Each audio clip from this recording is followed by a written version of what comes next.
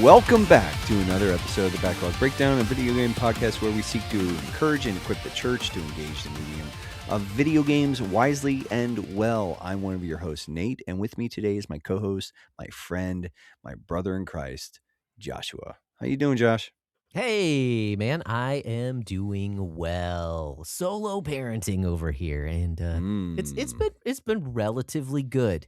You might want to ask my kids about that, but I think it's been well. It's been good so far. One day in. Would you say it's been? It good. has. It's been. I would even play the sound bite. You know. Hey. Yeah, and that Nice. is how it's been. It's a new year. You know, we've had a good time hitting the ground running, kind of with some goals. You know, thinking about routines and things like that. It was fun. I'm generally kind of a personal secretive because I'm a perfectionist in a lot of ways. I don't like sharing a bunch of things, you know, while it's still kind of cooking. But it was nice to actually sit down with my wife and talk about goals for the next year. So she's got some of her own, and obviously we've got some together. And so that was a lot of fun because I think about these things a lot. If you've been listening to the podcast, you've heard me talk about it every year. But it was fun to sit down with my wife too and think through, oh yeah, okay, you want to make sure those things are done, and here's some pointers that I've found as well, and things like that. So we're doing pretty good. But yeah, like I mentioned, solo parenting. My wife's out of town for the next few days, so fun. Yeah. It's kind of interesting that you bring up like resolutions or just thinking about like, you didn't say resolutions, but like that idea. And it's like, Yeah. I do need to sit down. Like I want to think about and write out some resolutions. Just for this year. And some of it is like very much like old hat where it's like, dude, 2026 needs to be the year where I like figure it out. Like I kind of like get back in like physically where Okay. like I probably need to get some of my diet under control, but I also just I want to be a little more active. You can leave that in. Yeah, I should have muted myself. I don't care. You guys can hear that. But yeah, so it's kind of like one of those things where I also, and we'll talk about some of this a little bit more, but like I am kind of like, this is a year where I am being like pretty intentional about Okay. like, and I'll talk about it's like, I'm really trying to minimize my personal spending this year. And I say that right after, I dumped $20 on a Perry Cox Funko Pop like an idiot or a genius. I look at it as an investment in my future because someday I'm gonna like want to build out a super slick recording space. I'm gonna want like cool stuff to like put behind me. Yeah, and I think a Perry Cox Funko Pop is kind of fun. Yeah, it's a good investment. There you go. It's an investment in my future. But whoa, that You're still there. You're good. yeah, I pulled out the whacked the cord headphones. on That makes sense. Yeah, my in-ears. But yeah, and so it was kind of like doing like this weird like bzz, thing. But yeah, no, things we are kind of we're technically in post peak. I gotta be honest, dude. Like, it's like kind of normal-ish, but like delivering mail in the winter is just like it's objectively the suckiest part of the job.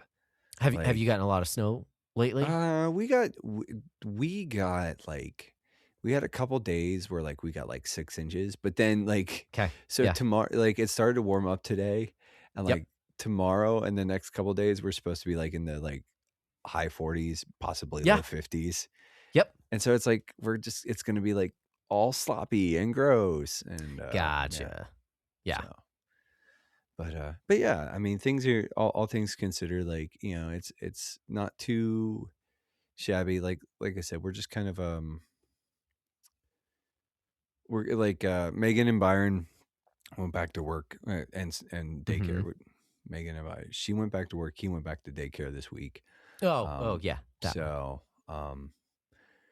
yeah, it's first day back into that. So Oh man. everybody's a little tired, a little worn out. And of course, like I'm just over here, like feel my pain. I've been tired and worn out the entire month. Past couple months now. Yeah. So no sympathy from me. But yeah, no, all things considered, like we're doing all right. We're doing pretty good.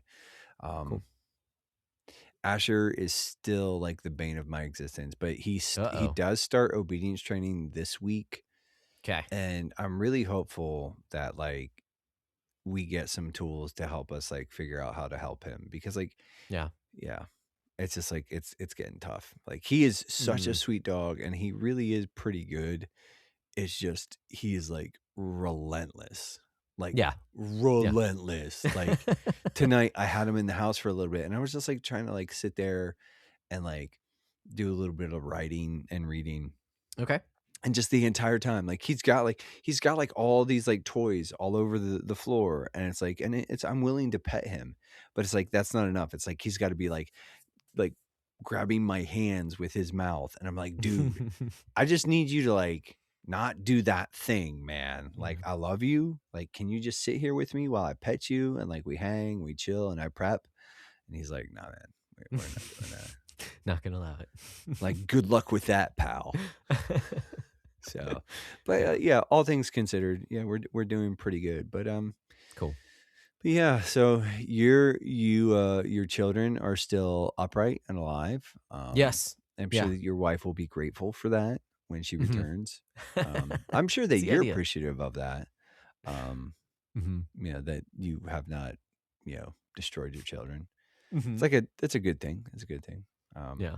But yeah, I guess though, and it has been sort of an undisclosed amount of time since we last spoke, but Mhm. I would like to know what you've been into lately. Ah, so you're saying that during the interim, we probably have some experiences to share. We played and watched it, read it through. Now we're sharing XP with you. Critical hits, good stuff to declare. Press start, it's XP share. That's Dude. right, XP share. So what's funny is like we've got like Mhm. this pop punk like sort of like ballad thing that's been it's AI slop, right? I was listening to NoFX, and this does not go into my XP share thing, but it's gonna get a Mhm. mention here. But I was listening to some NoFX today, which is not Mhm. like super encouraging. Like I would not recommend NoFX to anybody. Like Sure. Sure. like but I'm kind of like that's of my era.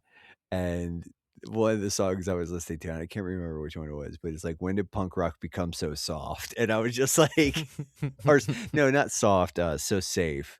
And I was like, Oh, okay. oh, like, and here's like, we're generating like pop punk ballads Yeah. using AI. Yeah. I thought that was funny. There Nice. was just some irony in that moment where I was like, oh, yeah, I am the problem. Yeah. That's just how it goes. That's a fun experience. Let me tell you about some of the experiences that I've had, or at least some of the media that I've been enjoying lately. And actually, in lieu of last time not sharing any books, I just have books that I'm coming to you with today. The first of which was a birthday present that I got last month.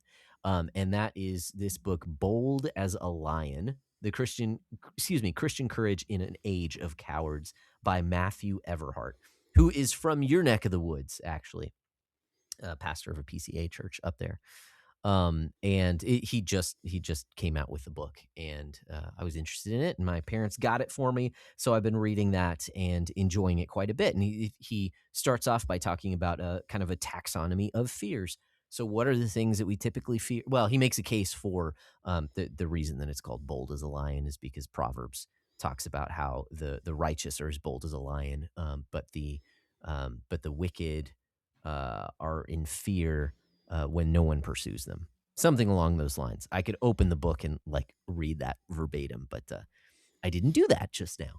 But anyways, that's kind of the idea behind the book is that when you recognize who you are and whose you are, you ought to display courage throughout your life, knowing the truth and living in that truth.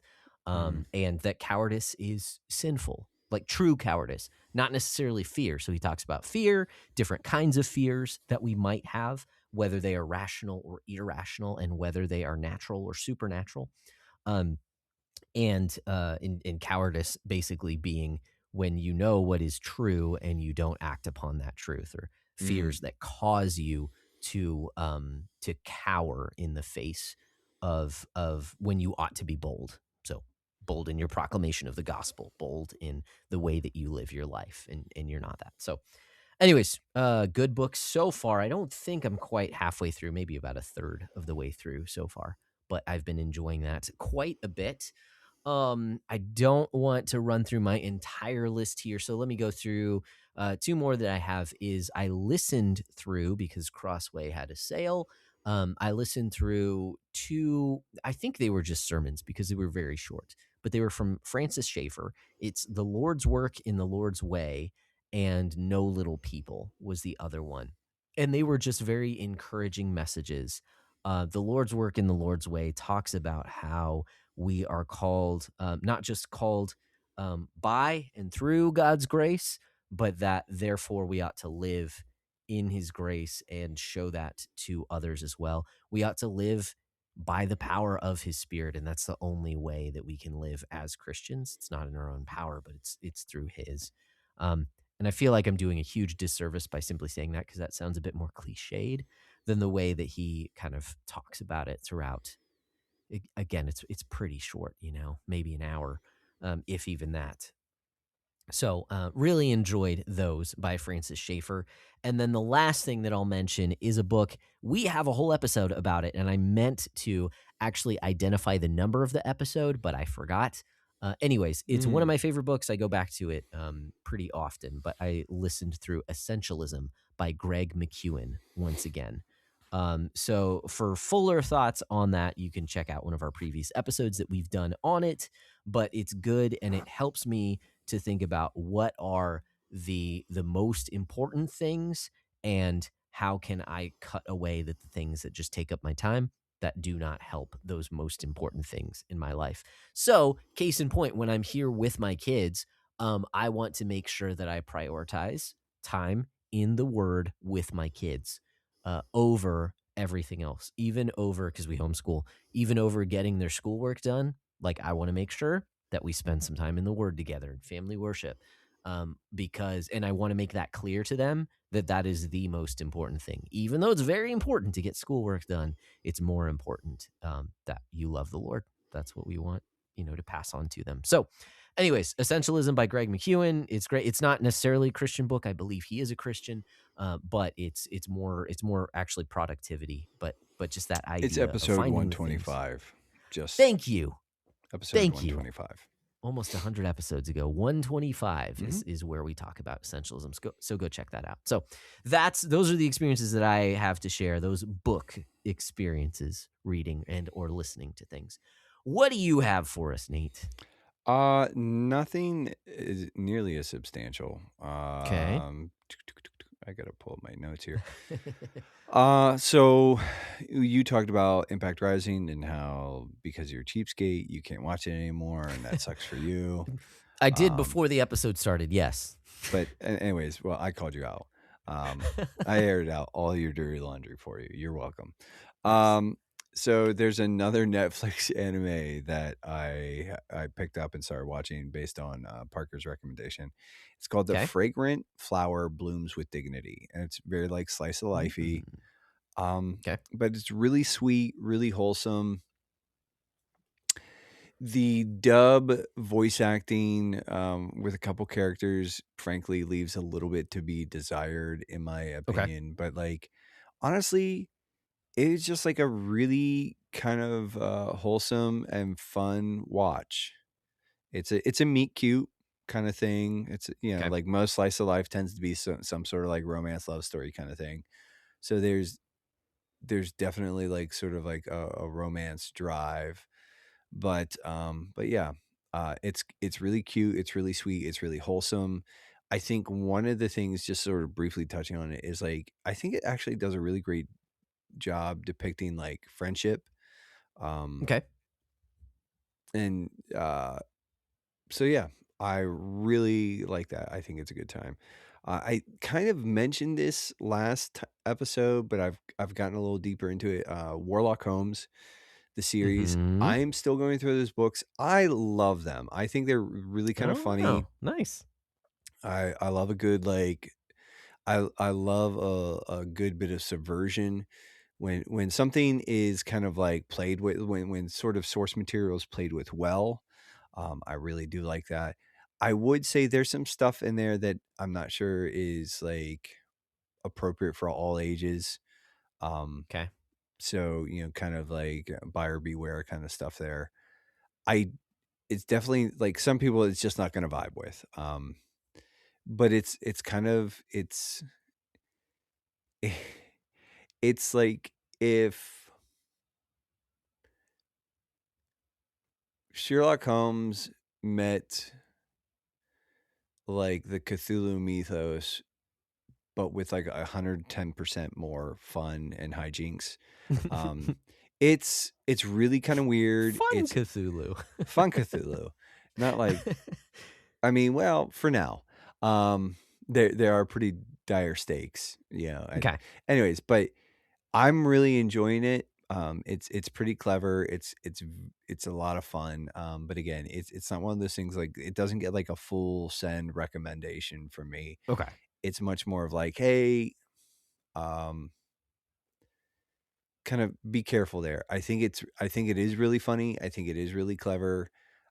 I happen to be a big like I enjoy the Sherlock Holmes books as a general rule, and I think like anyways, it's kind of tickling something in me that like I'm enjoying it, but it's not a full like it's definitely not there some people would probably not enjoy this nearly as much as me. It's not Sure. that there's anything like explicitly crude or crass, but it's just like it's not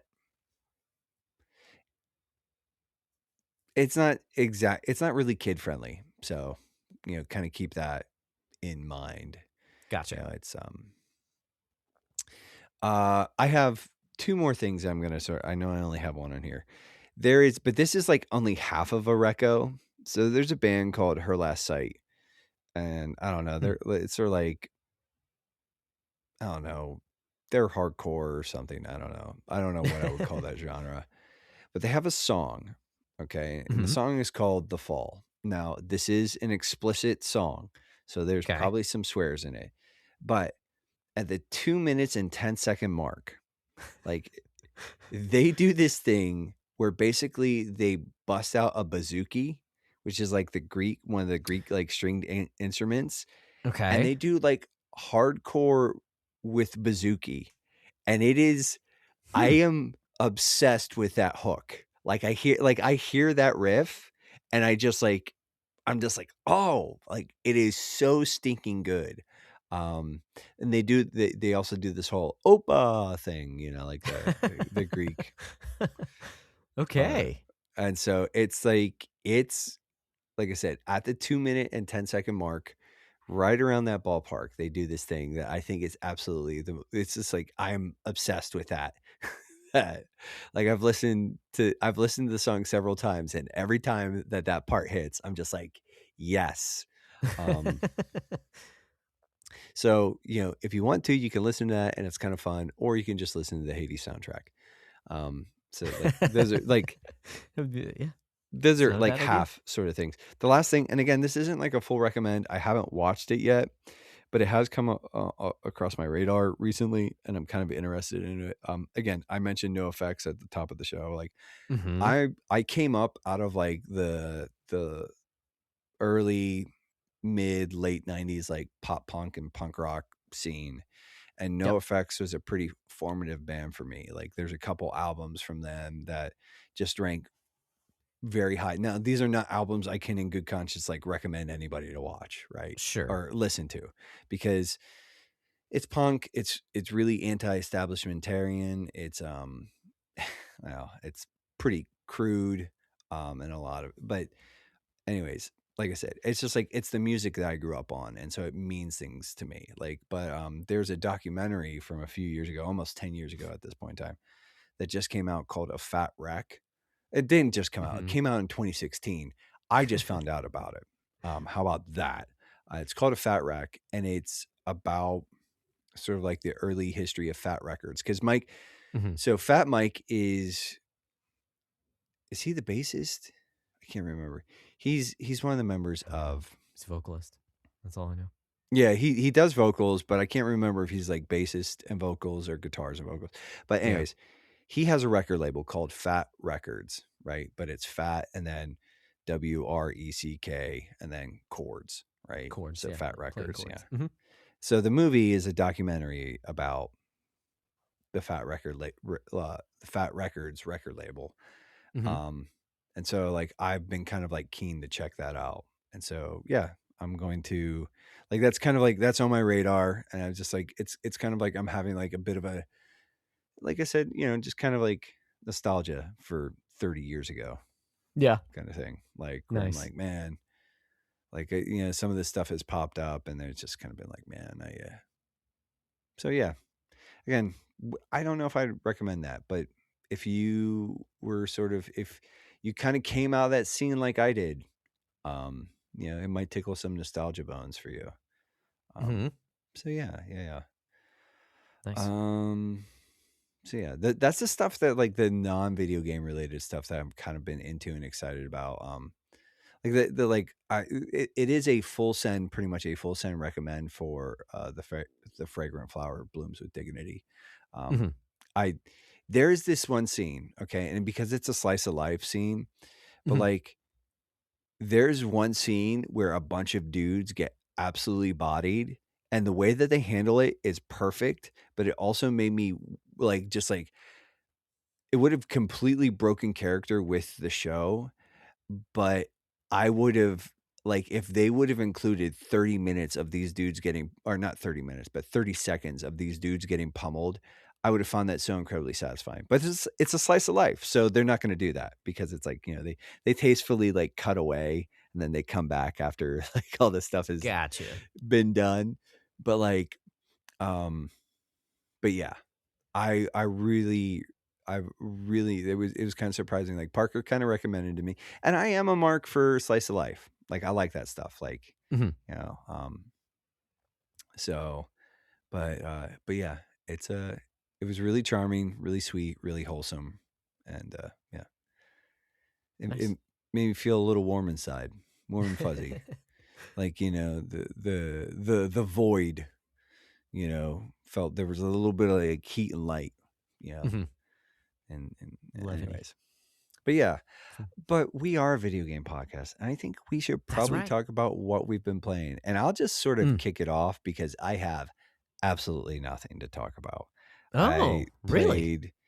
I played in the last, since we last recorded, I've played some Destiny 2. Okay. And I fired up my Switch 2 for a few minutes and a little bit of Link's Awakening, and that's it. I also have not finished like setting up my locked and loaded list. And so I would just like I've got a big fat 0. I've got a goose egg. As far as my beatdown score goes. And yeah, all I'm doing is basically playing Destiny and some Link's Awakening. So Gotcha. Haven't beaten anything. Haven't done my locked and loaded list. It's early. You haven't beaten anything, but you also haven't purchased anything, right? Well, and that's like, okay. And so I'll talk a little bit more about this, but like, and I hinted at it at the beginning of the episode. My goal this year, like like, you know, I sort of like, I have like big goals and then like you have like, but my overarching goal for this year is to buy no video games. Like, and just to completely prioritize my backlog. And dude, like, cause the reality is like, okay, and we'll talk a little bit about it. And I don't want to get too far off the beaten path, but like this year, there's some really cool stuff coming out. And if I do have a birthday coming up in April, and so I might ask for a game for my birthday, or I might ask for a game for like Christmas. Sure. But I think like one, looking at the year to come, there's some stuff that I'd love to play right off the crack, but like the reality is like, and I'm just kind of like doing this thing where we're kind of like financially we're recalibrating so that we can sort of get a little more aggressive with some debt. And there's some stuff around the house that needs done. So it's like, I'm just it's like I want to leverage my finances a little more. Unfortunately, I got to be a little bit more of a grown up, Josh. Sure. It's not fun, but like retirement and all that. Super fun. Well, yeah. I mean, but anyways, so my big goal this year is and so hopefully, even though we talk about like the things that we picked up or whatever, now that will exclude podcast stuff. So like, patrons, this can serve as a bit of a reminder, patrons, you guys actually need to start voting. Like you've made your nominations, unless we've got any like last minute nominations sliding in. You should know how many votes you have as a patron. Like you guys should know all that. Like, what you give with consistency. If you have questions on how many votes you have, reach out to me and Josh. We'll clarify for you. Because there's one exception. I'm thinking of one that like there's one where I'm like, it might get a little muddy, but we'll talk about that. Cool. And it's not you, Porcho. So you don't worry about that. But yeah, so patrons, sort of you've got your nominations out there. You guys should start voting. So the only money, and it'll be podcast money, but the only money that will get spent will be to acquire, if we need to acquire podcast games. Yeah. So. Yeah, that makes sense. And I assume when it get the one you were talking about that it gets a little muddy is the game about digging a hole. Probably gets really muddy in that. But that being said, that'll be a lot of fun. Although that is getting a bunch of traction. There are like in the Discord, man. Like they're like, it's like Mark brought that up. Yep. And then it's like I've seen like 5 or 6 people play it. And I'm going like, what is going on here? Yeah. I think it has to do with starting the year off right and playing through games that are short. Because speaking of which, that's what I've been doing, at least so far for this year. Have no purchases, thankfully. There was actually a game I was tempted to purchase. Persona 5 Tactica was on sale for $10, but I did not pick it up. Swoop it up. What is the word? Snap I don't it know. Up, pick it up. Yeah, something like that is what I'm thinking. I don't know. You didn't acquire it. Lost. You didn't exactly. Grab I didn't get it in time, and so it was sold out. So okay, that's fine. I don't need it anyway. So no purchases. So no positive points there. But I did finish up the Final Fantasy II Pixel Remaster. I finished that game. And I wrote a little bit about it, just a couple sentences in the Discord, is that I talked about it last episode that I think the orchestrated soundtrack is fantastic. Like the music on this Pickle Remaster is so good. The Pickle Remaster. You could kind of say it's a big deal. It is a big deal. I like that. Good job. I'm so proud of you. Myself. I'm gonna go commit ritual suicide. I mean, thank now. you for joining me, because that's basically my bread and butter. So I'm bread and butter so pickles glad are disgusting, that and you should be ashamed. Yeah, you're just all piss and vinegar right now, aren't you? Anyways, so this Pixel Remaster, I'm soaking in a brine of despair and existential dread right now. I love it. I relish. You're disgusting. Oh, you're disgusting. So the Pixel Remaster, it has the bestiary and things like that. Additionally, but it has artwork as well, and I have a lot of Yoshitaka Amano's artwork, the Sky collection that has the Final Fantasy game artwork in it. But it's cool to have it on the cartridge as well that you can look through. The orchestrated soundtrack is fantastic. So anyways, the game itself, Final Fantasy II, I played it a bit when I was younger through emulation. But this is the first time actually like purchasing the game and actually finishing it. I didn't get too far into it when I was younger, playing the original, Famicom version. But this version, it really does feel like it's a more realized version of what I can't think of the designer's name is, but he did the Saga series. This is sort of one of the first Saga games. Um, and the way it's different than the first game. In some ways, it's a lot more ambitious. The story is not quite, not that the first story is boilerplate, because the first, Final Fantasy was kind of um a reaction to Dragon Quest in that original game, and trying to expand upon that. And so it brought in a bunch of crazy stuff.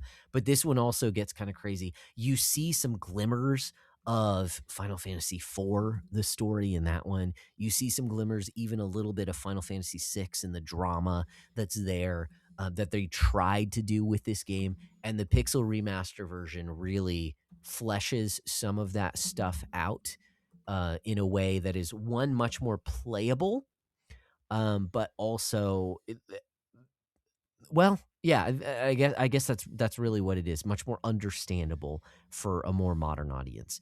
It does, however, make the game a lot easier, and so it did end up being an easy game. It was somewhat analogous to when I played through Star Ocean Second Story R last year, and you just kind of become a powerhouse because you can take advantage of some of the stuff that happens behind the scenes in the game.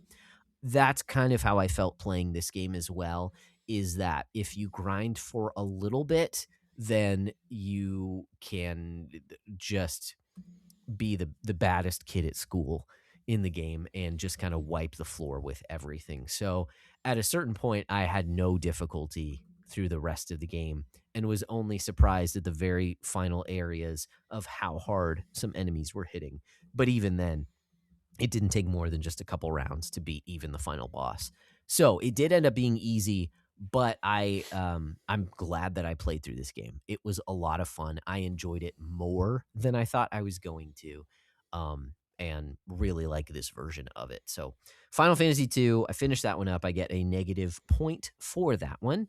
And so then I've just been playing around with some of the games that I got towards the end of last year, particularly the Capcom Fighting Collection 2 and some of the games in there. Also, the Capcom versus Marvel collection. I booted up Marvel Superheroes and played as Spider-Man for a little while, and then get my butt kicked. So that was fun, but also I don't know what I'm doing, so that's fun. In the Fighting Collection 2, I've played a few of the games, just dabbling a little bit. The Capcom Fighting Evolution, which is not a good game, is what I've been told, because it just pulls characters from other games and they play the same way they do in those other games. So there's no cohesion. It's just like, hey, if you like this character from this other game, he plays exactly the same. So played that for just a little bit, didn't get very far, and then played a little bit of Project Justice, which is a 3D fighter. It is the sequel to a game called Rival Schools. So it feels a lot like Yu Yu Hakusho, Okay. in that you're these Did you ever teenagers. play Rival Schools? No, I didn't.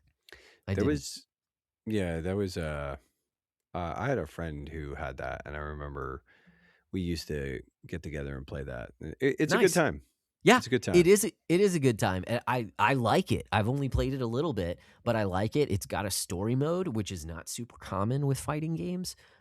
So yeah, it's a good time. Just kind of dabbled in it a little bit, played a few rounds, beat a few people, and advanced a little bit of the story. But it's so funny, you're this high schooler with your friends, going around to other high schoolers and beating them up, and you all have these special powers, and it's just kind of funny.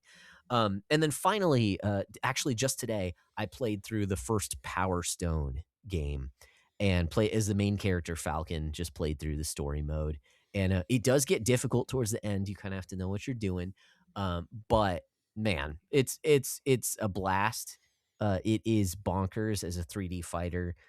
Somewhat, I've heard it's somewhat akin to Super Smash Brothers, and I get that in terms of like it's a party fighter. It's definitely that, but there's something different. It feels very different than Smash Brothers, but I get it because it is simplified, and it's more about kind of throwing things and getting items and getting power-ups and stuff like that than it is about the core kind of mechanics of the fighting. But it's a great time. So I really enjoyed that. I did technically roll credits on the game. I'm still going to play it with other characters, feel it out a bit more. But since I rolled credits, I did go ahead and give myself that other second negative point for the year. So I'm currently at -2, and that was the first game off my locked and loaded list because I knew it was super short. But Power Stone finished that one. Rolled credits on it, but like I said, I'll still keep playing it. So that is what I have been into so far in the new year in 2026. Yeah. Cool. Well, if you guys liked that, all that we just brang and all that we just dumped on your head, have we got other things for you? That is a terrible transition, and I should feel really bad about myself. But I'm tired, and I don't care. Like, listen, here's the thing, guys. We have a Patreon, and if you like what we're doing here, or you want to maybe like partner with us as we sort of do this thing, as we sort of try to build out this platform, as we sort of try to provide resources to the church and our brothers and sisters in Christ, and even just sort of like, add a much more thoughtful Christian voice to the gaming criticism and sort of engagement, content creation, whatever. We have a Patreon, and for as little as $1 a month, you can partner with us, or you can look at it as a tip jar, and sort of, but, like I said, if you like what we're doing, you've done the rating and the reviewing, you've done the sharing and the caring. And if you haven't done those things, please do. Share us with your friends, subscribe, rate, review, do all those things. Yeah. Like, they're supposed to help us. And so that would be a cool thing for you to do. But like, again, all of that being said, if you like what we're doing here and you want to partner with us for as little as $1 a month, you can do that. If you want to give us more, you can do that as well. And that comes with perks. Each and every patron gets early and uncut access to each and every episode. There's a little bit of preamble. There's actually, there's an exclusive podcast for our patrons called the Bro Hang, where it tends to be whatever. Sometimes it's really silly. Sometimes it's really sober. Sometimes it sort of walks in between the two of those things. Sometimes we say things that we probably shouldn't have and have to walk back. Or, mostly me. Mostly. It's mostly me. It's almost entirely me. But in addition to all that, and we talked a little bit about the voting, this year is the first year that we've done it this way, but our patrons will, they'll nominate games for us to play, and then whatever 6 games out of that voting pool sort of come out with the most votes, those will get locked into the schedule, and we will be doing episodes on those, and we'll actually invite our patrons to jump on those episodes if they want with us. Patrons can also recommend topics. So in addition to the 6 games, patrons can recommend or suggest topics, and if we like those, we will do those. And again, sort of we'll try to pull those patrons or any interested patrons onto those episodes with us. So they have a lot more sort of, access and, influence when it comes to sort of like the content that we do. And so, and they get to see our schedule. Like, I'm actually kind of like behind the scenes. I'm just sort of prepping our calendar, our recording schedule, and all of our patrons, any of our patrons who want access to that will be able to sort of see what we've got on the docket. All that being said, again, just sort of, if you like what we're doing here and you want to look for a way to partner with us, that's a way to do it. And we'd appreciate that. So other things that you might like, hey, we alongside some of our friends make up sort of a scrappy young podcast network, because those are apparently still a thing, but the Playwell Network, alongside our friends Paul Lytle, the Techno Funk Boy, Wesley Ray, the Henshin Dad himself, and Nicholas Porch, aka Porcho, the Wonder from Down Under. They all have podcasts exploring and wrestling with just playing well and sort of in a range of different ways. We love these guys. We love their content, and we think you ought to check it out. So here's a word from one of them. Hey, wow. It's radical that you're listening to this ad. I'm Nick, the high-energy host of Nothing New Under the Porch.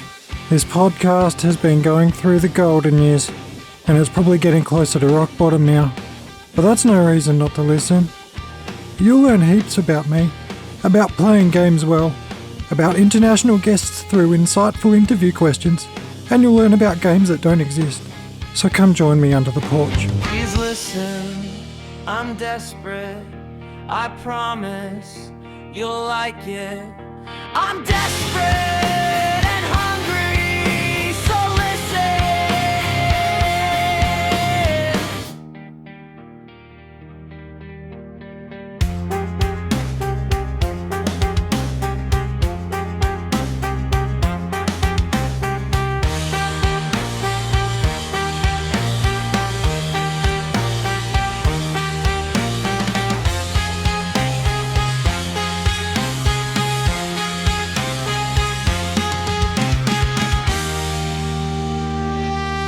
And we're back. So tonight, we're back. We are back to the future, but also the past. So, like here's the deal. Yeah. We do this every year. Mm-hmm. We kind of look back over the previous year. We sort of look ahead, and so we're gonna go. And we have framed this as award ceremonies. I don't know if we're gonna dip into that too much. Like sometimes we just make fun of all the dumb things that we see come out in a year. Or what? Us? Why would we do that? No way. I don't believe that. Super serious all the time. Yes. Everything. Not at all. Not at all. But I think this year it's kind of like we were kind of talking about it, and I think we just wanted to take a few minutes to maybe go through. Did we want to do our our played games and our acquisitions, or just like go through our played games? Oh yeah, I don't. Yeah, acquisitions aren't a big deal unless there's one in particular you want to highlight. But I'd say it's more about, hey, what did you play last year? Not really what did you get, because we'll talk about that in future years. Yeah, I mean, I did. I bought a lot of stuff this year that came out this year, and so I'm looking forward to playing some of that. When you say this year, you mean 25 or last year? Yeah, I bought a lot of stuff last year that actually came out in 2025, and there's a good bit of it that I'm kind of like chomping at the bit to get to, but yeah. So like I'll sort of kick us off here. Okay. And what's kind of like, yeah. But anyways, so I started off the year with I rolled credits on Remnant 2. Okay. I also beat 2 of the 3 DLCs, sort of right off the crack, the Dark Harvest and the Forgotten Kingdom. And so I played through all of that, and I actually ended up doubling back and getting 100% completion on the Forgotten Kingdom as far as trophies. And also I got I ended up getting the platinum for Remnant 2 as well. Wow. I sort of like doubled back, and it was like one of those things where I sort of picked up and I was playing. And anyways, also played the Talos Principle this year, which just did not really vibe with me. I did not have a good time with that game. So played Evil West this year. Really kind of like that. It was very much like a period piece. It was interesting. Okay. I like that one. We played Dishonored Collector's Edition. I played Dishonored Collector's Edition. Really had a good time going back to that. The Banner Saga, the Stanley Parable, Expedition 33 this year was a bit of a high note for me. I played Call of Duty Modern Warfare Remaster, and it ended up like quitting, like abandoning that, because like it was kind of like I was like, I might try another Call of Duty game, because I've heard the Black Ops games are like actually supposed to be fairly good, and I have a few of them, so it's like I'll probably try one of those. But it's like that, for whatever reason, like Modern Warfare did nothing for me. Played Mega Man X this year. Astrobot, Space Marine 2, Ratchet and Clank, the reboot one from like 2016 or whatever it was. That's right. Astral Chain this year, Dredge, Sword of the Sea, The Pathless. I ended up playing going back to and trying to beat, but ultimately abandoning Creature in the Well. Just because like I like that game, but it kind of hit a point. There was like a difficulty spike that I was like just not a big fan of. Played and beat Dragon Quest Builders this year. Got the platinum for Destiny 2, which was kind of a bit of a high water mark for me because like I've already talked about that. And I played and beat Vanquish this year. Nice. So yeah, I mean that's kind of, so I guess 1, 2, 3, 4, 5, 6, 7, 8, 9, 10, 11, 12, 13, 14, 15, 16, 17, 18, 19, 20, 21, 22. That's I played 22 games essentially this year. Yeah, that's awesome. I think it's surprising for me as I look back on last year because I don't feel like I have a lot of time to play video games. But I was able to finish quite a number of them. But it's also because there's most of them are shorter experiences. And it's funny to look back on them. So I've got 27 games that I played last year, which again just surprises me. But I started off the year with Titanfall 2, which was a lot of fun. Ninja Gaiden on the NES. Wanted to finally actually roll credits on that one. Like you mentioned, Talos Principle, which I did enjoy, which is funny to think about. That was towards the beginning of the year because that does not feel that long ago to me. One of the longer games I played was Shin Megami Tensei Devil Survivor 2 Record Breaker. And I did enjoy that one quite a bit, mostly in terms of mechanics over the story was okay. But it was fun to play another one of those games. Willow on NES, which is another one that I played multiple times, but I never actually finished. So that was fun to finish up that one. Pokemon Legends Arceus. I rolled credits on that one. I think I had started that one last year, but I could be wrong on that. But that one's a fun one. You mentioned Banner Saga, and that one sticks out as I think about the previous year, because that was quite a.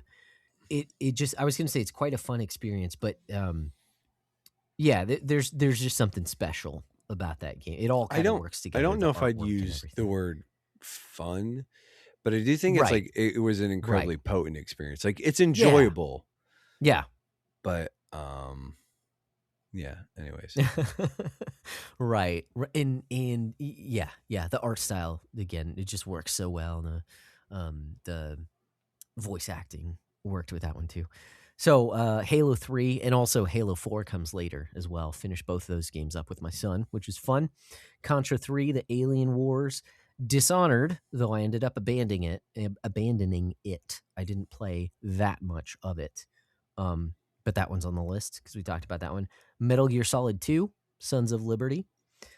Kirby's Dream Course, which, my goodness, without save states, that game would be a nightmare. Mario Kart World, because that came out this year. Xenoblade Chronicles 3, Future Redeemed, the DLC that kind of connects a lot of those Xenoblade Chronicles games. Long Gone Days, Real Mist, Star Ocean Second Story R, Slay the Spire, Battletoads, which is the newer one. I played that one on Game Pass and played that one with my kids, which for better or worse, there was some crude humor in there that they found absolutely hilarious. But anyways, for better or worse. Dredge, that was a good why time. they found it absolutely hilarious? Because it was absolutely hilarious. If you can't laugh, listen, I'm just going to say. Oh, I laughed. Yeah. No, I'm not saying you, but I'm just saying people who can't laugh at scatological humor, you're no fun. You're no fun. Stop being boring and basic and no fun. Like poop and farts are funny. It's okay. They're hilarious. Don't recommend the show, but in It's Always Sunny in Philadelphia, there's a scene where Frank, I can't think of the actor's name. Why can't I think of the actor's name? Danny DeVito? Danny DeVito, yeah. He said, I did the poop. Poop is funny. And it's stuck in my head for the rest of my life. Not so wrong. Anyways, Dredge was another game that I played and we talked about. We have an episode on that one. Mm-hmm. BioShock Infinite, and there may be an episode on that one coming out. We'll see.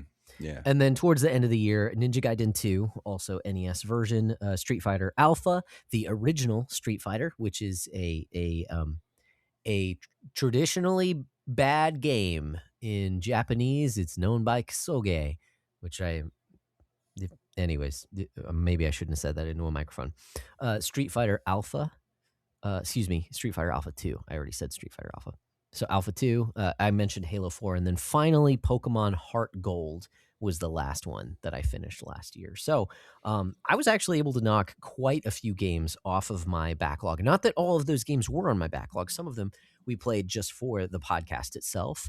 But it's a good amount of games, and I did try and sprinkle in some older titles in there that I had played multiple times and that I never actually finished. So that's always something that I try to do, and something that I'm trying to do with my locked and loaded list for this next year as well.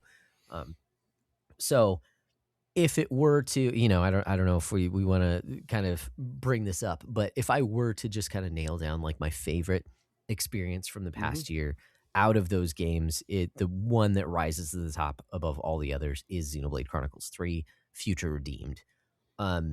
It does not make sense unless you, especially after last episode talking about our personal top 10 games.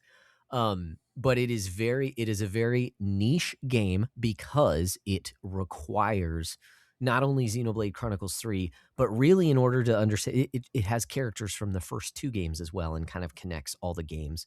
And so I don't understand how it was made because it is so, there's not that many people on the planet that have played all those games. I mean, probably more than you think. Like, I mean, that series has done well enough that that's true. Like, it's probably more than you think. That's fair. It's just that it's not something that would gather in any new fans.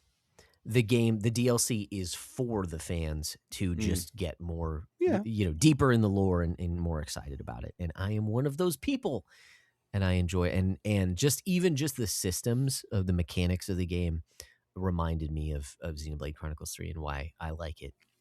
And so, yeah, that's my favorite out of all that I played, which I didn't play any 2025 games in 2025.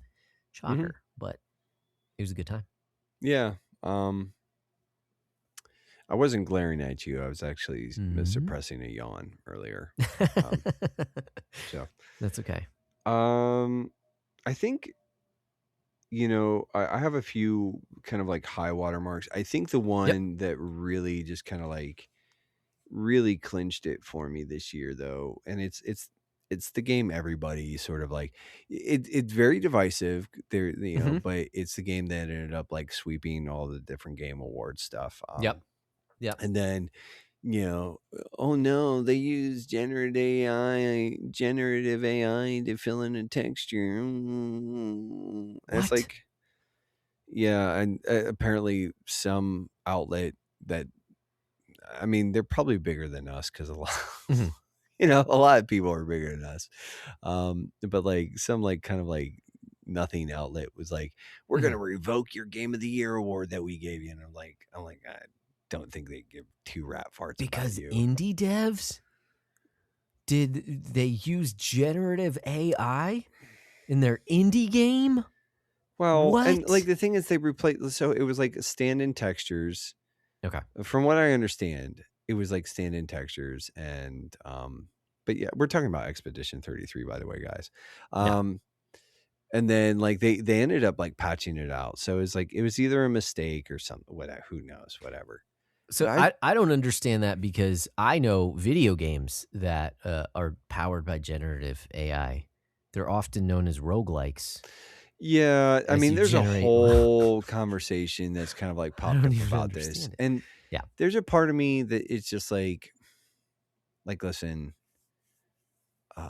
we've kind of like beat this one up and circled around this a few times. Sure. And I just think like it's kind of like one of those things where I don't know, it's mountains and molehills are mountains out of molehills kind of thing, where it's just like, dude, like this just, I don't know, this is kind of like missing the forest for the trees kind of deal stuff.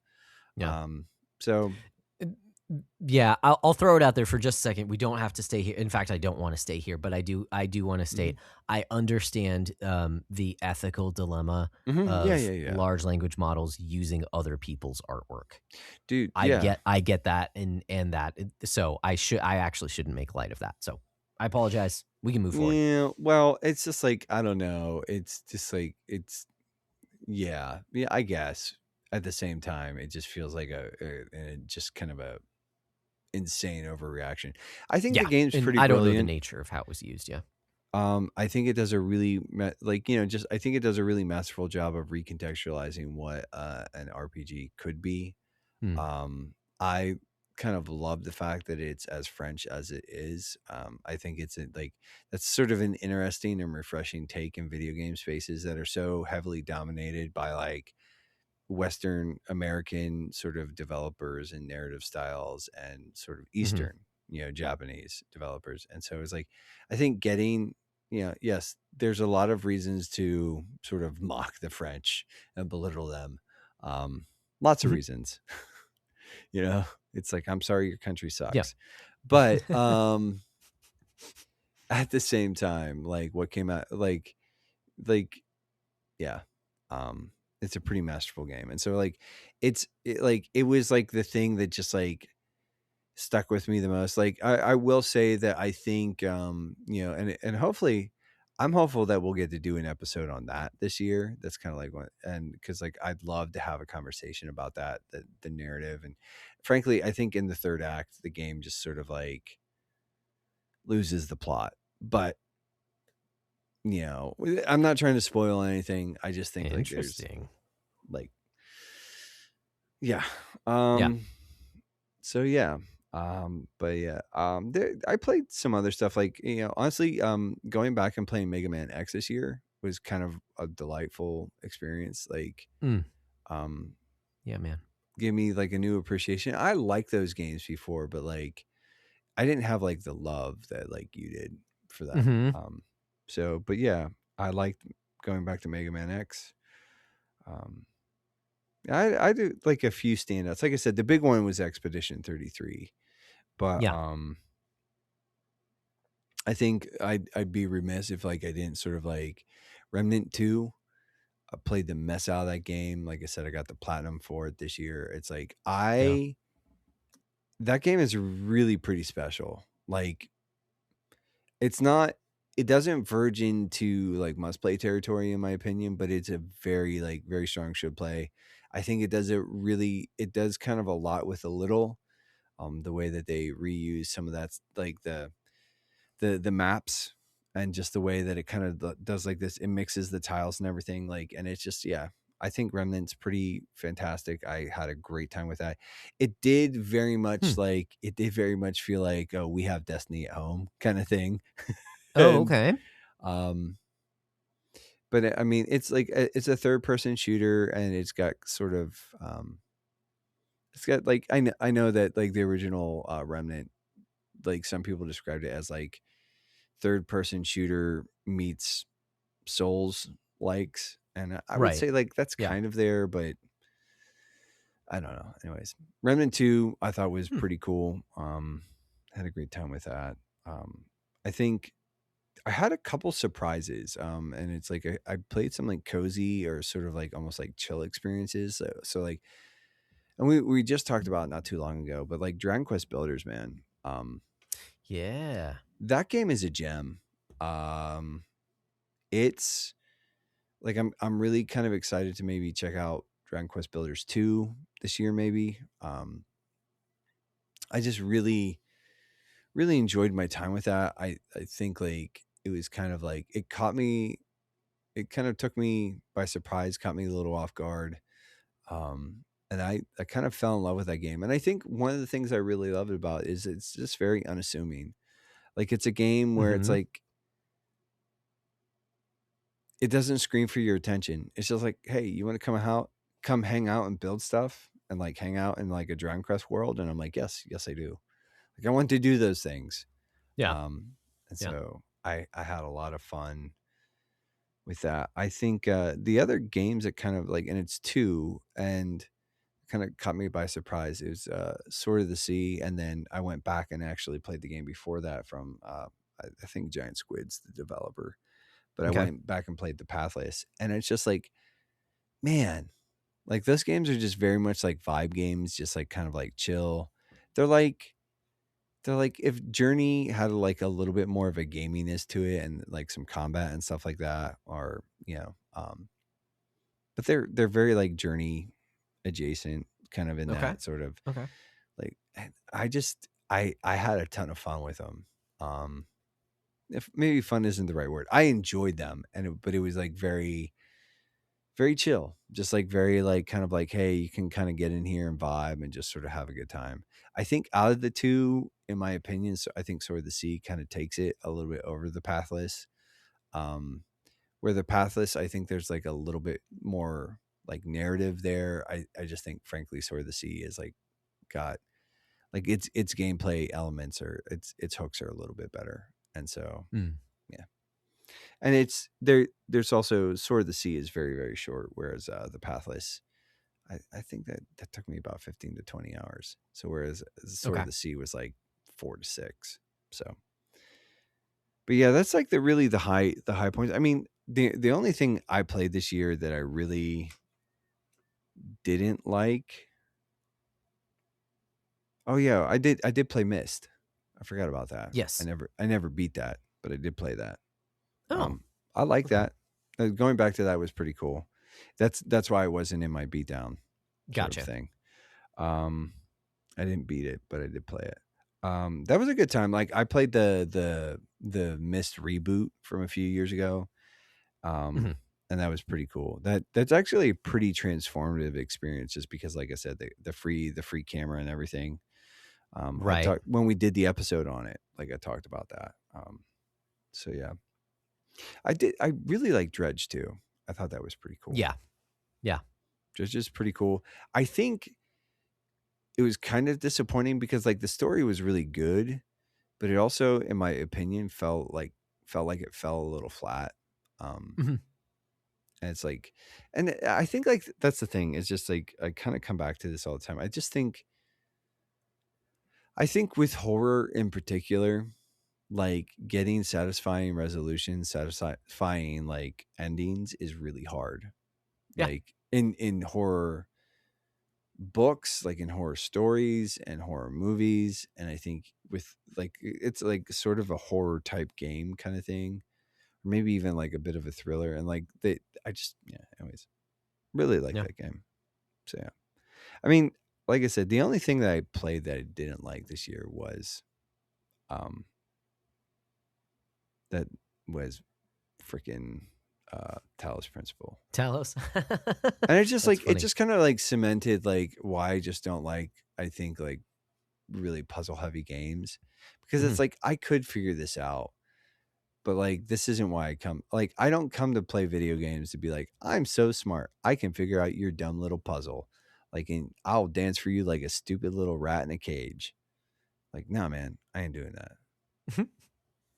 Yeah, I did like it. I find it actually pretty satisfying to be able to figure out those kinds of things, those kind of, because it's kind of like a logic puzzle the way that it's set up. So I did like Talos Principle, outside of the odd kind of narrative things that it does and places that it goes there, but we have a whole episode on that with Dorian, one of our patrons. No, it wasn't Dorian. Dude, come on, man. It wasn't Dorian? It was Spike, dude. No. It was Spike. That's right. Man. That's right. Why was I thinking? He's a Dorian chump. was playing it at the same time. He's a total chump, but at least I know who he is. You see that? Yeah. Like you come in here and try to steal my name, but I know who you are. Whereas like Jackwagon over here. Yeah. I don't recall. I guess it was towards the beginning of the year. Yeah. Because I think he talked about it in the Discord at the same time, and so that's why I was getting that confusion there. Yeah, I guess some more of the standouts for me. I did actually like, I can't remember if that was even on your list, but Pokemon Arceus. Oh when I yeah, finished up that we one. did play that. Yeah. That one was I didn't count. probably, I can't. I didn't. Reason it wasn't on my list is because I didn't count it because it was a podcast game. it was a podcast game. That makes sense. But that one, it's probably my favorite Pokemon game. Like I like the evolution of the formula there. Yeah, with that Legend series, I like what they're doing there. Yeah. And especially the focus on catching different kinds and things like that. So I played. So far, I'm missing 2. So I played 24 games this year. But whatever. I'll probably I should probably just find like a much better way to track all this stuff Sure. than the current system I'm using. But yeah, no, Arceus was good. Like I actually kind of had fun with it. Definitely kind of hit Nice. a point where it's like, yeah, Pokemon's just not really my thing. And but yeah. Yeah. So yeah, like you mentioned, Dredge was really good. I was surprised at how much I got into Slay the Spire as well. And I say got into it, not that I dumped a ton of time into that game, but how much it kind of hooked me. It got its hooks. In yeah, me, it's a it's a tricky little, it's a potent little bugger. It'll get you. It'll get you if you're not careful.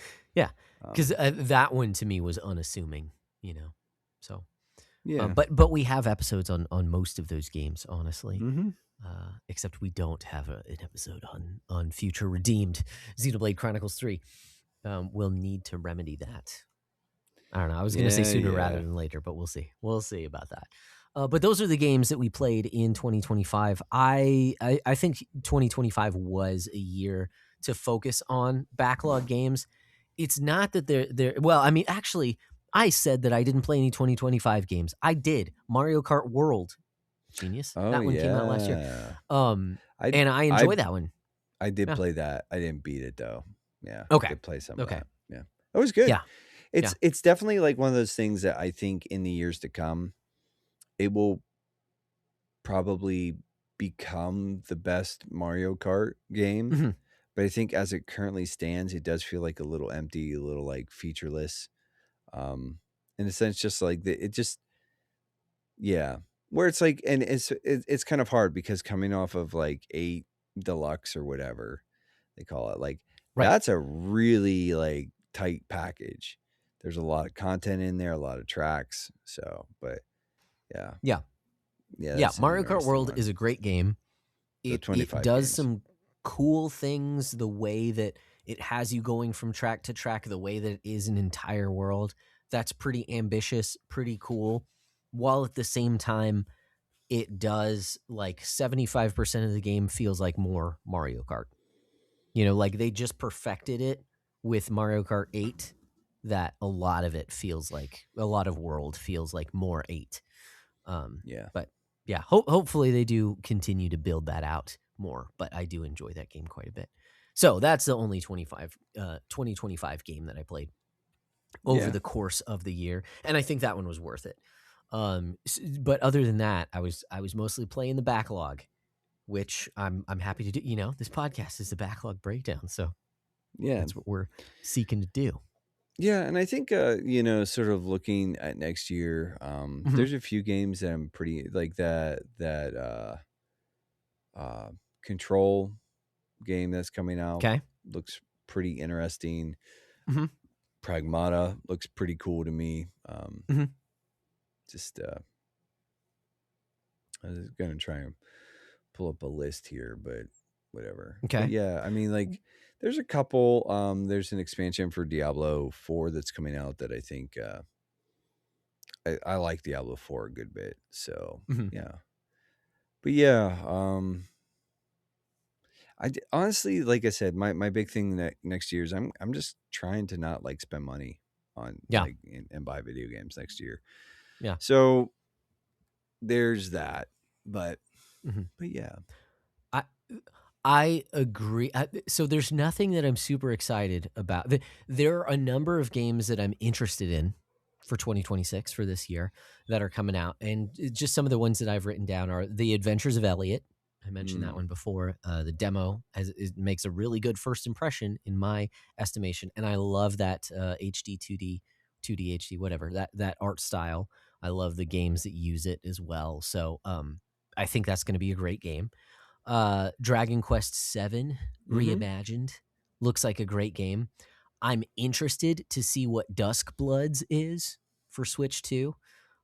It sounds like it might be more of a PvP game, so I don't know if it's going to be like the Elden Ring Night Rain or what exactly it's going to be, but I want some more information on that because I do like Bloodborne's one of my favorites, so is Dusk Bloods going to be anything like that? I don't know.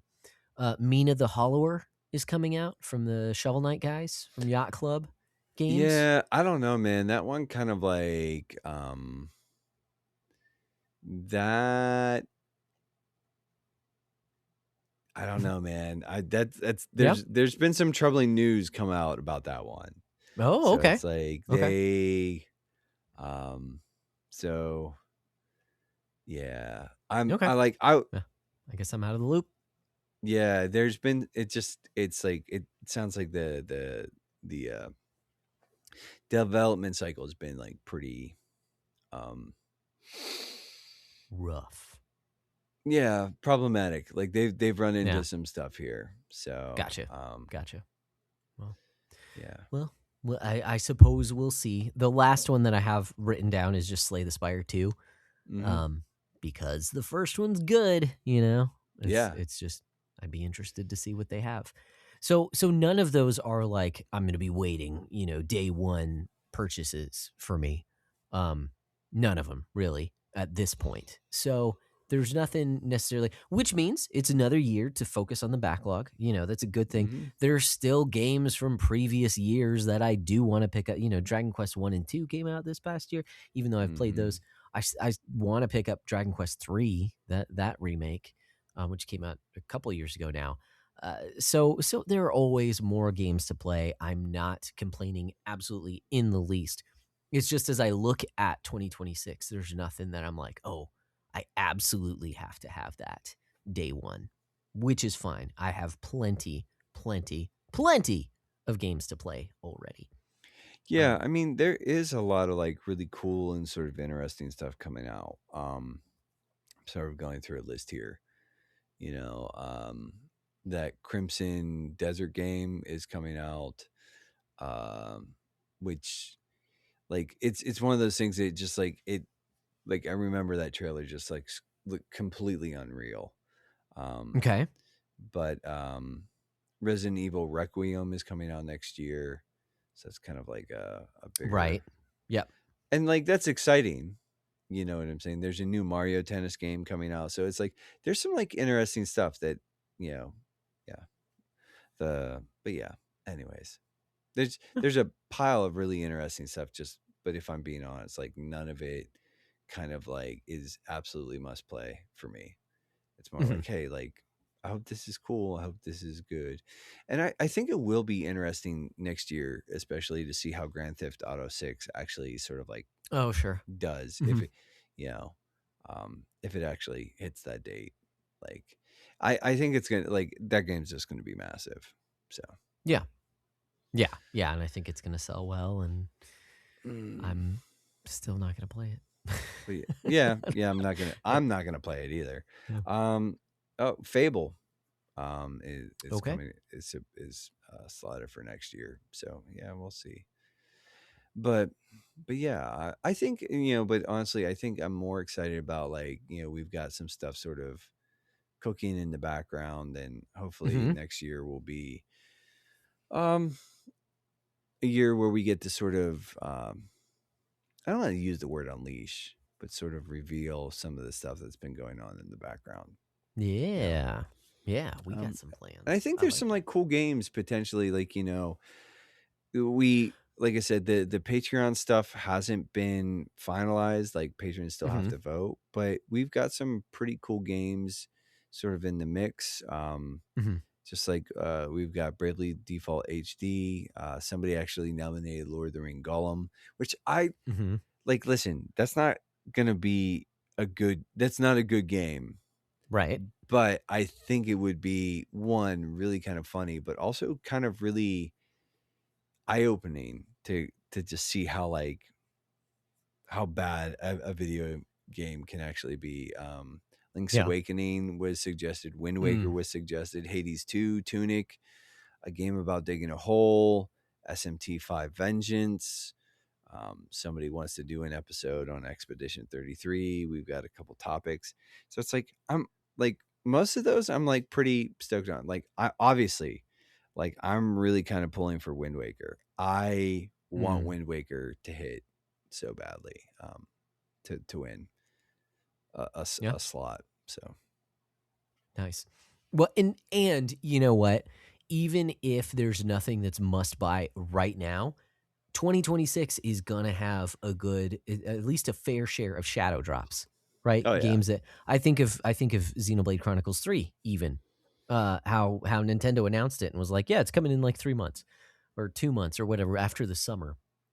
This huge game, you know, and it's been quite a while since that release, so you know we're about due for another Xenoblade Chronicles, quite possibly. We'll see about that, but. Speaking of shadow drops, is that I actually do have a few awards that I want to give out. And the first award that I have is actually the best shadow drop award from 2025. It's always fun just to come together and hand out a few awards, talk about a few games. We don't even have to talk about the games, but at least give some awards out. And the best shadow drop, definitely from 2025, has to go to Hollow Knight Silksong, because it only took 7 years to shadow drop. So that one is definitely the best one. Because both those things are true. Everyone was waiting, and then they were like, "Oh yeah, it comes out next week." You know, I guess I'm gonna sort of like, and I talked about some of my highlights, but I'll give out some awards here. I think. Yeah, and it is a game that I played, but honestly, I'm just gonna say like, yeah, you're all that and a bag of chips. I'm gonna sort of like throw that to Expedition 33. okay, Like it is kind of like it's a bit of a real one. So. Yeah. Okay, so just because we've already mentioned it a couple times, I'll skip the line here. I did have an award to give out, and it's the Wee Wee Award, and that one goes to, or I mean, the Wee Wee Award. And you know what? You're so Pokemon Legends Z to A almost took it. It was almost the most French game that came out this year, except that Claire Obscure Expedition 33 came along with its baguettes and its striped shirts, and it just snatched it out. Dude, friggin' mimes, man. Like psychotic mimes. Yeah. So it gets the Wee Wee Award as well. The Wee Wee Award.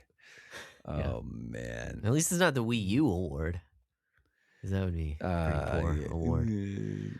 Anyways, that was kind of an awkward joke, but I do have another award, which is the Most Awkward Beach Scene Award. Oh, what games have you been playing, Josh? I'm sure you're asking yourself. But the Most Awkward Beach Scene Award definitely goes to Death Stranding 2. So, because that game is on the beach. You just like you're loving this. Like I am. Yeah. We had our pickle talk earlier, and so here we are with the awards. It's just a lot of fun. I've got 2 more awards. Do you have any more to hand out? Not really. I don't. You know what though? I think mine are a little more like sincere, a little more earnest. Okay. And it's sort of like,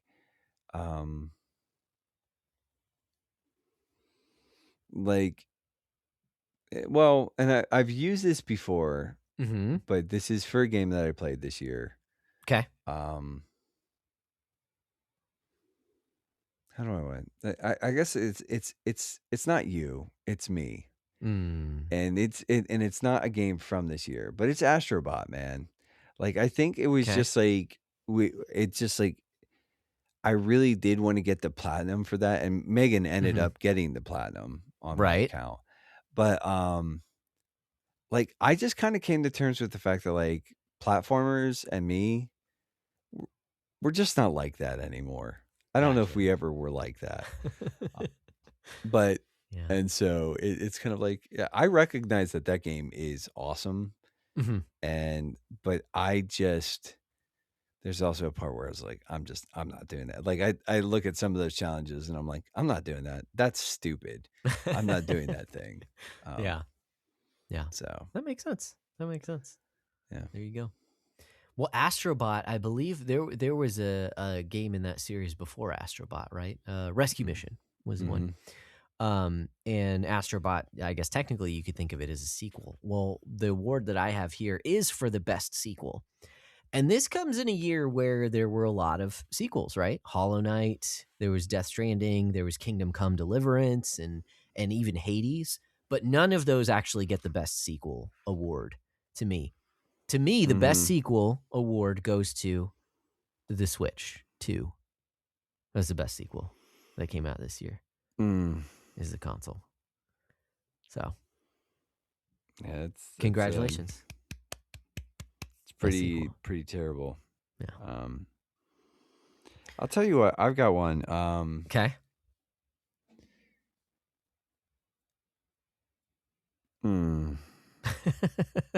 Still thinking about it. Mulling it over. There's a couple games that came out last year that I do want to sort of like give some flowers to. Like obviously, like Hades 2 is kind of a big deal. Yep. Like if I was giving an award to Hades 2, it'd be like, oh, surprise, it's really good. Like, yeah, didn't see that one coming, kind of like, because it was in early access. Yeah, and you know, I don't know, the output from that studio is so inconsistent, right? Like, you know, no, but I think, and these are two games that I have not played, but I did pick up. But like, I think you know, the best it's the best comic book video game that isn't a Marvel game, and it's Dispatch. I have not played that, but like everything about that looks really compelling. It's a sort of a homage or a spiritual successor to those Telltale games, and I think it looks really cool. And I haven't played it at all, so it could be absolute garbage. But even if it's absolute garbage, it's probably better than most Marvel content. So. Oh, yikes! I don't know. That's nice. It's not nearly as clever as some of the slop that you've been throwing around. I mean, like, it's definitely better than at least what the movies have been for the past few years. So I'm sure it's better written. Well, we've mentioned this game a few times, but for my final award, it's the Just for the Heck of It award. It goes to Hades 2. Just for the heck of it. Yeah. You know what? There were some more like vulgar ways that I could go about it, because we've made jokes like that, I believe, when we did the episode, you know. But so I decided to keep it soft PG, just for the heck of it. There's another game that came out last year that I picked up, and I'm really kind of like keen to get into, just because I've heard some really interesting things. And it's like I don't have anything clever, but like Absalom, yeah, Absolum. It's like basically a roguelike brawler, like, and it's like, and I think it's one that I'm gonna try and talk Megan into playing with me. Nice. I love brawlers, and I've heard really great things about this one, and so I'm pretty stoked to like get into it and to check that out. So yeah. Did you pick up? I don't think you did, but did you pick up a Marvel Cosmic Invasion? You mentioned Marvel earlier. I did not. You're mentioning Brawl. I did not. I've heard it's pretty good. You know, it's like it's Dotemu is attached to that somehow. Yeah. So, and like they're kind of on fire. They're so hot right now. But yeah, dude. All right. But yeah, congratulations to all that really cool stuff. Good job, guys. You were the games of 2025. You did it. You exist. Yeah. Not every game can say that, but you can, because you exist. And yeah, you've got your locked and loaded list prep for Yeah. 2026. I need to do that myself, but I don't know, man. I'm kind of okay with this being like a little bit of a lighter fare episode. I think Sure. we've sort of unloaded some beefy boys on folks in the past. Mhm. But before we land the plane, I think there are some forms that must be observed. Oh, that's And, right. We do have a Whoa, what is that? Here comes a new challenger! That's right. It's our challenges. So it's Yeah. 2026. What challenges do we have that we want to face in the coming year, or at least to kick off the year? Well, my challenge is going to be absolutely cliched, and that is that the holidays are over, and so I need to start calorie counting again. Really, I would put it at a specific kind of amount of pounds that I want to lose, but I think if I focus on the habit of calorie counting first, then it kind of goes downhill from there, which is helpful. So that is my challenge for the next 2 weeks, is to start calorie counting now that we're past all of the different pies and Yeah. calorie dense meals of the holidays. Yeah, yeah. Um, yeah, I have something comparable. I just need to sort of be a lot more intentional about my health. Like I need to start watching I do need to clean my diet up.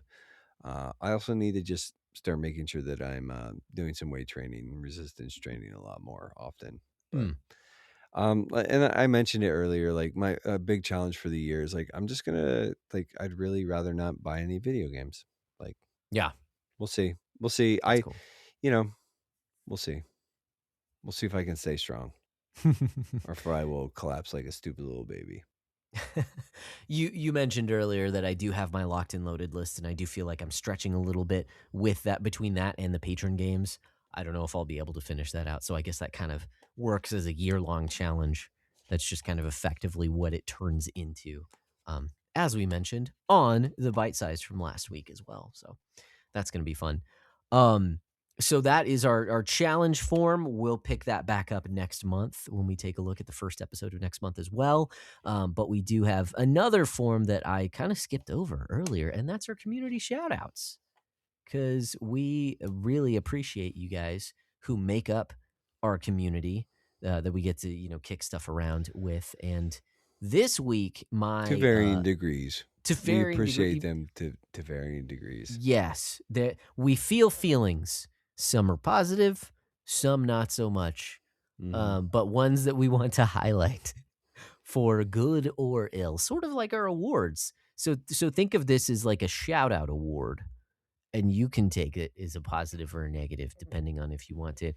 Mine, the one that I would like to give out to is Bergen in the Discord, just because he talks about his love for Xenoblade. He talks about his love for a number of different games and series that I may or may not. He does provoke you, and I appreciate his unhinged contributions. So thank you for being being you and being unapologetically you. I guess. It's fun. I want to shout out, I've got a couple here. Well, it's a little bit more than a couple, but shout out first and foremost, friend of the show, fellow Pwn E. Porcho is doing a bit of a rebrand, and I'm here for it. He has like a new theme song that. Wait, so something new came out from under the porch? Yeah, well, it didn't come from out from under the porch. It came from the porch, under the porch. I don't know. But it is under the porch right now. And it's currently, new. It's on the internet. It's in your internet feeds right now. Uh. But he has a new ad spot. He, came up with some new. He's got a new thumbnail thingy. Yeah, it's fun. It's It's fun. Yeah, he's a. Yeah, you should listen to him. You should check him out. He's a good time. The other thing is I just want to shout out Akasha. He jumped in on as a new patron on our Patreon. All right. So yeah, congratulations. Well, yeah, I guess that is like something to be celebrated. Like if you we're glad you're here. Yeah. I'm very tired. I am incredibly tired at this point. like I don't know how I'm gonna make it through a bro hang. Like this Gotcha. it's gonna be dangerous. Anyways, yeah, glad to have you, Akasha. Like it's glad to have you aboard, man. But yeah, but I think also like just kind of like it like I think it I'm gonna take a second here, and I think it would be good to if my if I Oh, turn something my happened. I don't know what happened. my mouse wasn't working for a second. I was trying to like change something, but wow, that's weird. My mouse isn't working. Sick. But I wanted to just take a second here and read through some of well, just like sort of give a shout out to all our patrons. So and of course, like recent addition is Akasha. We do have the unhinged lunatic Bergen, our friend Reed Butterfield, gracious Josh, the Boulder, the boldest of the Boulders. We've got McKelvis, Sojourner, Quick Mark, Nate Foot, also Fake Nate, also known as Fake Nate. We've got Porcho, we've got Alex, Big Chill Castellanos, Mark Kozlowski,